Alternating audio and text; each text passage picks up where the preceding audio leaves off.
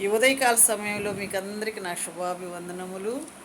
ప్రభువైన యేసుక్రీస్తు నామంలో మీకు అందరికీ వందనాలు. హల్లెలూయా. దేవునికి స్తోత్రాలు. ఈరోజు వాక్య సందేశము సామెతలు 28వ అధ్యాయము 1వ వచనము. ఎవడును తరమకుండానే దుష్టుడు పారిపోవును. హల్లెలూయా. నీతిమంతులు సింహాలే ధైర్యంగా ఉందరు. నీతిమంతుడివైతే నీకు శోధన కలిగినప్పుడు, నీకు శ్రమ కలిగినప్పుడు, నింద అవమానాలు వచ్చినప్పుడు సింహంలే ఉంటావు నువ్వు. సింహం గుండె ఎలా ఉంటుంది తెలుసా? ఏది వచ్చినా భయపడదు, దేని చూసినా భయపడదు, ధైర్యంగా ధీటుకొని నిలబడుకొని ఉంటుంది అనమాట. సింహాన్ని చూసి అన్నీ పారిపోవాలే కానీ సింహం ఎన్నటికీ కూడా భయపడదు. అందుకే నీతిమంతులను ఎవరికి పోల్చాడు దేవుడు?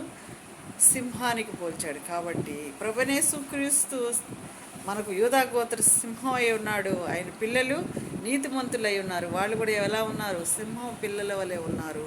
ప్రతిదానికి భయపడిపోతూ, ప్రతిదానికి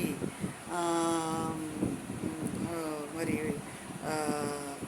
బెంగ పెట్టుకుంటూ, దిగులు పెట్టుకుంటూ, మా పరిస్థితులు మారలేదు, ఎప్పుడు మారుతాయి అని వేదన చెందుతున్న సహోదరుడా, నీకే ఈ వాక్యము దేవుడు అంటున్నాడు.